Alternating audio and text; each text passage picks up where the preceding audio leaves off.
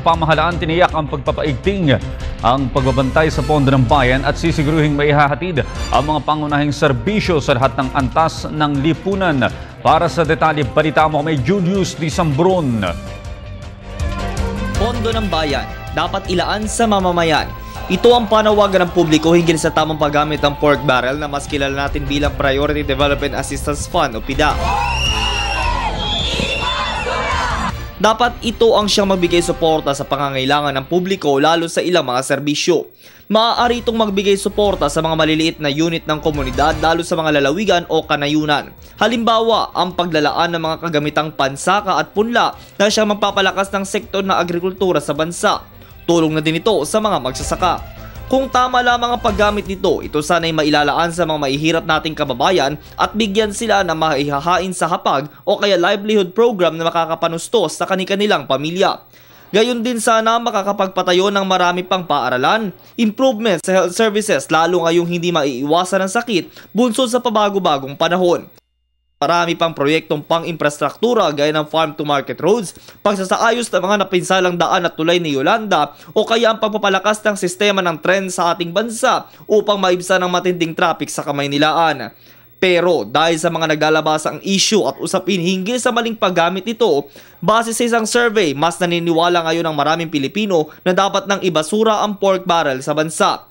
Sa isinagawang survey ng Ibon Foundation of the Philippines nitong buwan ng Enero, mula sa higit 1,000 individual edad 18 pataas, lumitaw 64.1% ng kanilang respondents ang pamilyar sa PDAF na mga mambabatas. Nasa 63.7% nito ang siyang pabor sa pagkakapuwag ng PDAF. Sagot naman ng palasyo na patuloy na ginagawa ng Administrasyong Aquino ang paglaban sa katiwalian at korupsyon sa bansa. Kasabay pa din ang naunang sinabi ni Pangulong Aquino na magsimula ang kanyang termino na kung walang korap, walang mahirap. It is fair to say, however, that there is no gulf between my agenda and the public's collective desire to curb corruption, to end the vicious cycle of self-centeredness, secrecy, and apathy, and to replace it with a virtuous cycle, where the government truly people, allowing the people to know that true public service is not only possible but eminently doable.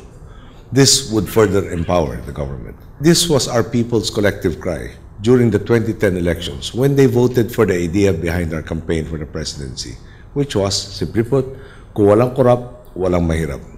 Where there is no corruption, there will be no poverty. And our administration has since heeded their call and worked non-stop to shine daylight on our government. At lahat ng mga sangkot sa mga maanumalyang gawain ay dapat nang managot sa kamay ng batas. That our first actions were not to build on what has been achieved, but to fill the fissures in our public institutions with the following important elements in the fight against corruption. First, vigorous implementation of the concept that no one can be above the law. Para sa Telebisyon ng Bayan, ako si Julius Di Sambron.